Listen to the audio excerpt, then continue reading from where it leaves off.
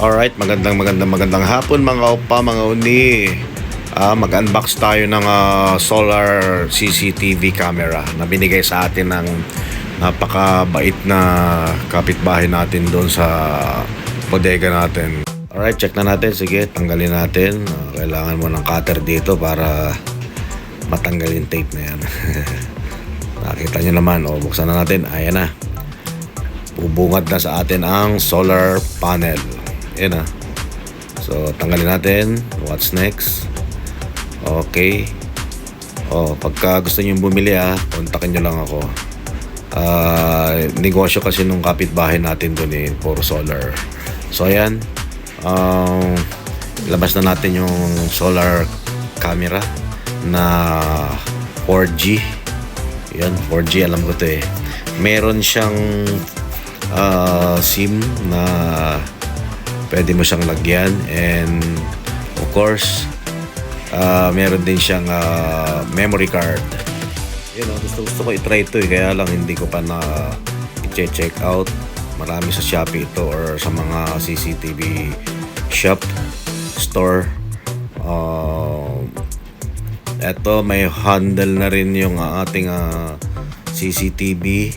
Diyan mo ipapasok yung kanyang solar panel. At the same time, diyan mo rin ikakabit yung may kasama siyang parang aluminum tie ba yan or ewan ko anong tawag dyan. Install natin ito bukas para ma-test natin. Yan.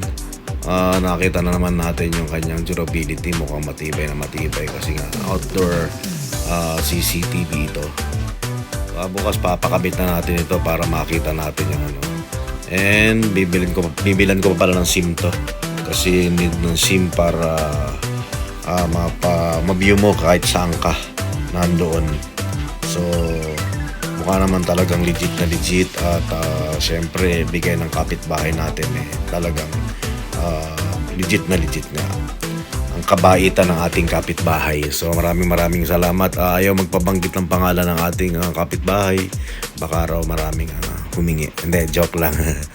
Syempre mga magagaling at mababait na kapitbahay na laging tumutulong hindi sila nagpapamention ng pangalan.